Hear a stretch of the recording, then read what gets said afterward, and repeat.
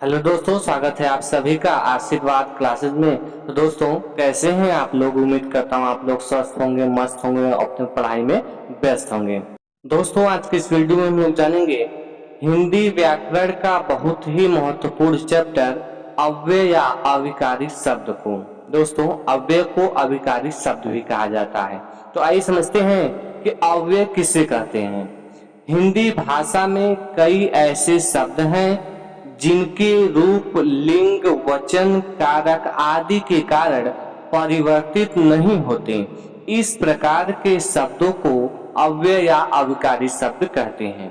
जैसे चुपचाप, ऊपर, धीरे धीरे, तेज और के साथ, वाह आदि शब्द। ये सब दोस्तों आपके क्या है? अव्यय है। ठीक है। इस प्रकार दोस्तों जिन शब्दों के रूप लिंग, वचन, कारक और काल के अनुसार नहीं बदलते उन्हें अव्यय या अविकारी शब्द कहते हैं। दोस्तों, अव्यय 4 प्रकार के होते हैं। एग्जाम में आपसे प्रश्न पूछा जाए कि अव्यय कितने प्रकार के होते हैं, तो आप लोग क्या बताएंगे कि अव्यय 4 प्रकार के होते हैं। कौन कौन से? तो पहला आपका है क्रिया विशेषण, दूसरा है संबोधक, तीसरा है समुच्चय बोधक तथा चौथा है विस्मयादि बोधक। दोस्तों, इसमें से हम लोग पहला पढ़ेंगे क्रिया विशेषण को। आइए समझते हैं कि क्रिया विशेषण कहते किसे हैं। जो शब्द क्रिया के होने की रीति, समय, स्थान, दिशा आदि के बारे में कोई विशेष सूचना देते हैं वे क्रिया विशेषण अव्यय कहलाते हैं। जैसे देखिएगा, अचानक वर्षा होने लगी। वर्षा कब होने लगी? तो अचानक से होने लगी। ठीक है। चोर उधर भागा। चोर किधर भागा? देखिए दोस्तों, उधर यहाँ पर क्या है? उधर एक स्थान ही तो है। उधर स्थान ही तो है। किधर भागा चोर? चोर उधर भागा। भागना एक क्रिया है और क्रिया की विशेषता बताई जा रही है कि चोर किधर भागा। तो यहाँ पर चोर उधर जो है आपका, ये आपका हो जाएगा क्रिया विशेषण। सुमन धीरे धीरे चलती है। सुमन कैसे चलती है? सुमन धीरे धीरे चलती है। चलना दोस्तों आपका क्रिया है और क्रिया की विशेषता बताई जा रही है कि धीरे धीरे, सुमन धीरे धीरे चलती है। इसके रीति को बताया जा रहा है कि कैसे चलती है? धीरे धीरे चलती है। गीता कब खेलने जाती है? इसके समय को बताया जा रहा है कि गीता कब खेलने जाती है। तो यह क्या हो जाएगा दोस्तों? आपका क्रिया विशेषण हो जाएगा। क्रिया विशेषण के भेद।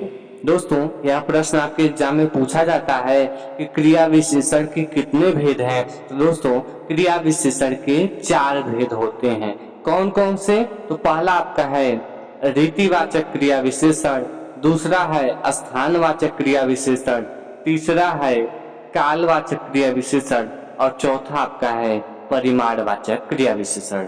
तो इसमें हम लोग सबसे पहला पढ़ेंगे रीतिवाचक क्रिया विशेषण। आइए समझते हैं कि रीतिवाचक क्रिया विशेषण किसे कहते हैं। जिन शब्दों से क्रिया के होने के ढंग, तरीके या रीति का ज्ञान हो उन्हें रीतिवाचक क्रिया विशेषण कहते हैं। जैसे देखिएगा, वह आहिस्ता आहिस्ता चलकर आया है। दोस्तों, रीतिवाचक क्रिया विशेषण की पहचान क्रिया के साथ कैसे लगाकर प्रश्न पूछने से हो जाती है।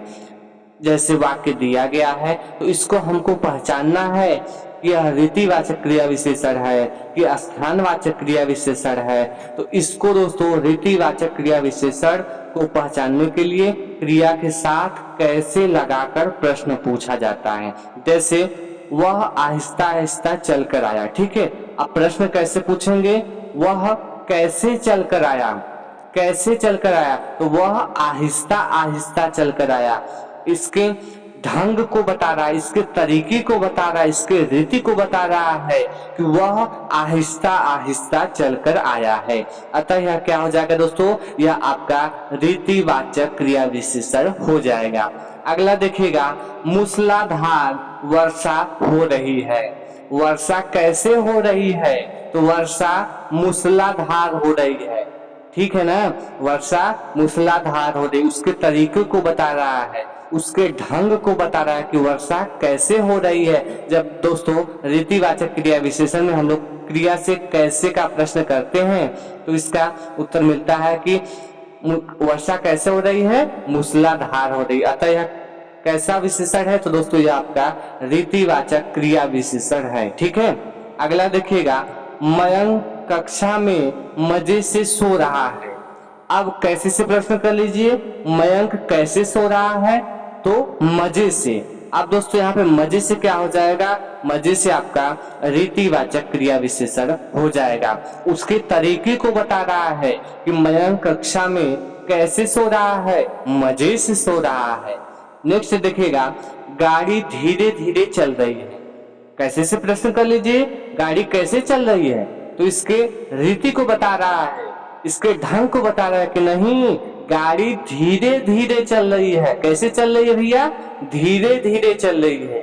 यह क्या हो जाएगा, यह आपका रीतिवाचक क्रिया विशेषण हो जाएगा। रीतिवाचक क्रिया विशेषण के अन्य उदाहरण है जैसे मेहनत से, यथाशक्ति, आदेशानुसार, संभवतः, परिश्रम पूर्वक, सावधानी पूर्वक, चुपके चुपके, ठीक है ना, तुरंत, चुपके चुपके, याद है ना आपको, जाने मन चुपके चुपके, ठीक है ना। यहाँ पे चुपके चुपके क्या हो जाएगा दोस्तों, आपका रीतिवाचक क्रिया विशेषण हो जाएगा। और एकाएक, अचानक, तेज, एकदम, हाथों हाथ, ठीक, जरूर, कभी कभी, बिल्कुल नहीं आदि ऐसे शब्द दोस्तों आपके क्या हो जाएंगे, रीतिवाचक क्रिया विशेषण हो जाएंगे। नेक्स्ट देखिएगा, स्थानवाचक क्रिया विशेषण। स्थानवाचक क्रिया विशेषण किसे कहते हैं तो जो क्रिया विशेषण क्रिया के होने के स्थान या दिशा के बारे में सूचना दे वे स्थानवाचक क्रिया विशेषण कहलाते हैं। जैसे चिड़िया ऊपर उड़ रही है, चिड़िया ऊपर उड़ रही हैं। दोस्तों इस प्रकार के क्रिया विशेषण की पहचान कहाँ लगाकर प्रश्न पूछने से की जाती है। स्थानवाचक क्रिया विशेषण में दोस्तों हम लोग कहाँ लगाकर प्रश्न करेंगे। जैसे चिड़िया कहाँ उड़ रही है, कहाँ उड़ रही है तो ऊपर दोस्तों ये क्या है, स्थान तो ही बता रहा है, नहीं ऊपर, ऊपर क्या एक स्थान है तो ये आपका क्या हो जाएगा दोस्तों, ये आपका स्थानवाचक क्रिया विशेषण हो जाएगा। वहां बहुत अंधेरा है, वहां बहुत अंधेरा है। अब प्रश्न कर लीजिए कहां से, कहां बहुत अंधेरा है तो वहां बहुत अंधेरा है। यह वहां क्या है, स्थान है, तो यह क्या हो जाएगा आपका स्थानवाचक क्रिया विशेषण। यहाँ खेलना मना है, यहाँ खेलना मना है। कहां से प्रश्न कर लीजिए, कहाँ खेलना मना है तो यहाँ, यहाँ क्या है, यहाँ एक स्थान ही तो है। ठीक है, अगला देखिएगा, माँ उधर काम कर रही है।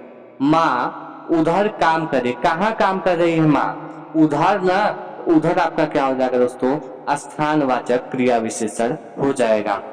चिड़िया कहाँ उड़ रही है तो ऊपर। ठीक है, प्रश्न करेंगे जब आप कहां से तो वही उत्तर मिलेगा, तो आपका क्या हो जाएगा, स्थानवाचक क्रिया विशेषण। स्थानवाचक क्रिया विशेषण की परिभाषा होती है जो क्रिया विशेषण क्रिया के होने के स्थान या दिशा के बारे में सूचना दे वे स्थानवाचक क्रिया विशेषण कहलाते हैं। माँ कहाँ काम कर रही है, उधर काम कर रही, तो उधर आपका दोस्तों स्थानवाचक क्रिया विशेषण हो जाएगा। स्थानवाचक क्रिया विशेषण के अन्य उदाहरण है ऊपर, नीचे, सामने, पीछे, अंदर, बाहर, यहाँ, वहाँ, दूर, इधर उधर, दाएं बाएं, चारों तरफ, सर्वत्र, एक ओर, उस ओर। दोस्तों ये शब्द आपके जहां भी वाक्य में दिख जाएं, ये शब्द जहां भी वाक्य में आपको दिख जाए वह क्या होगा, वह स्थानवाचक क्रिया विशेषण होगा। अगला देखिएगा, कालवाचक क्रिया विशेषण। कालवाचक क्रिया विशेषण किसे कहते हैं तो जिन शब्दों से क्रिया के होने के समय का बोध हो उन्हें कालवाचक क्रिया विशेषण कहते हैं। जैसे हार्दिक कभी कभी आता है, हार्दिक कभी कभी आता है। इन क्रिया विशेषण की पहचान कब लगाकर प्रश्न करने से की जाती है। उत्तर में जो आएगा वही कालवाचक क्रिया विशेषण होगा। दोस्तों, कालवाचक क्रिया विशेषण को पहचानने के लिए कब लगाकर प्रश्न करते हैं। जैसे हार्दिक कब आता है, कब आता है तो कभी कभी आता है। कब आता है, कभी कभी आता है। अब कभी कभी यहाँ पे क्या हो जाएगा दोस्तों, कभी कभी आपका कालवाचक क्रिया विशेषण हो जाएगा। हम अक्सर सैर करने जाते हैं। हम अक्सर सैर करने जाते हैं तो कब से प्रश्न करेंगे, हम कब सैर करने जाते हैं। तो दोस्तों अक्सर जो आपका कालवाचक क्रिया विशेषण हो जाएगा। अगला देखिएगा, साम्या दिन भर खेलती है। साम्या कब खेलती है तो दिन भर खेलती है। दिन भर दोस्तों यहाँ पर आपका कालवाचक क्रिया विशेषण हो जाएगा। उसके समय को बता रहा है कि कब खेलती है तो दिन भर खेलती है वह, ठीक है, रात भर खेलती है। यह क्या हो जाएगा, आपका कालवाचक क्रिया विशेषण हो जाएगा। मैं कल नहीं आ पाऊंगा। मैं कल नहीं आ पाऊंगा तो कब से प्रश्न कर लीजिए, मैं कब नहीं आ पाऊंगा तो कल, समय की तो बात हो रही है, कब नहीं आ पाऊंगा, कल। कल दोस्तों यहाँ पर आपका कालवाचक क्रिया विशेषण हो जाएगा। जैसे यहाँ पर देख लीजिए, हार्दिक कब आता है, कभी कभी, कभी कभी आपका कालवाचक क्रिया विशेषण। साम्या कब तक खेलती रही, दिन भर। दिन भर दोस्तों आपका कालवाचक क्रिया विशेषण। हम कब सैर करने जाते हैं, अक्सर। अक्सर दोस्तों आपका कालवाचक क्रिया विशेषण। मैं कब नहीं आ पाऊंगा, कब नहीं आ पाऊंगा, कल। कल यहाँ पर आपका कालवाचक क्रिया विशेषण हो जाएगा।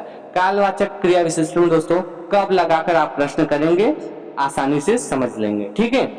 कालवाचक क्रिया विशेषण के कुछ अन्य उदाहरण देख लीजिए।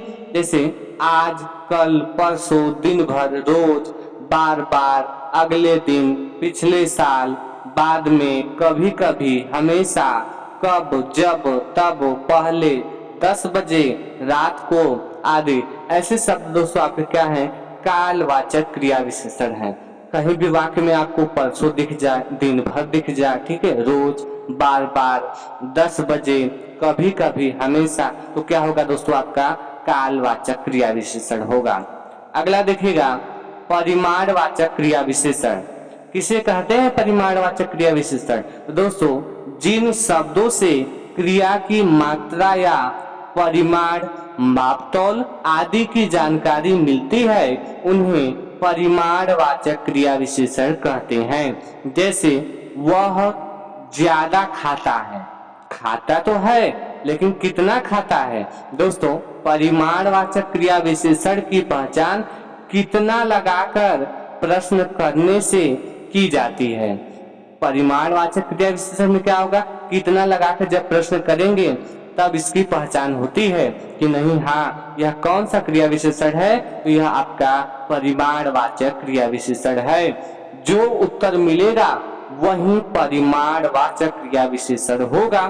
जैसे वह ज्यादा खाता है, कितना से प्रश्न कर लीजिए, कितना खाता है भैया, तो वह ज्यादा खाता है। खाता तो है लेकिन कितना खाता है, ज्यादा खाता है। यहाँ पर ज्यादा क्या हो जाएगा, परिमाणवाचक क्रिया विशेषण हो जाएगा।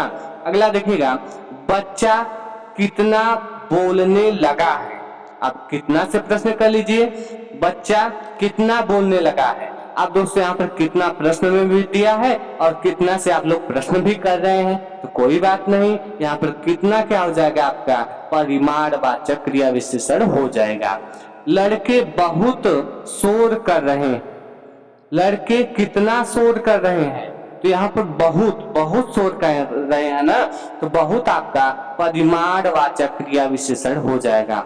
अधिक मत सोचो, कितना मत सोचो, अधिक मत सोचो। अधिक आपका परिमाणवाचक क्रिया विशेषण हो जाएगा। परिमाणवाचक क्रिया विशेषण के कुछ अन्य उदाहरण देखिएगा। जैसे इतना, उतना, कितना, कम, ज्यादा, कुछ, जरा, अत्यधिक, थोड़ा थोड़ा, काफी, अत्यंत, ठीक है ना, थोड़ा थोड़ा, ठीक है, थोड़ा थोड़ा कहीं पर आपको वाक्य में दिख जाए तो वह क्या होगा दोस्तों, वह आपका परिमाणवाचक क्रिया विशेषण होगा। तो दोस्तों आज के इस क्लास में बस इतना ही। यदि आप चैनल पर नए हैं तो प्लीज चैनल को सब्सक्राइब करिए, वीडियो को लाइक शेयर और कमेंट में आप लोग जरूर बताइए कि वीडियो आपको कैसा लगा। धन्यवाद दोस्तों।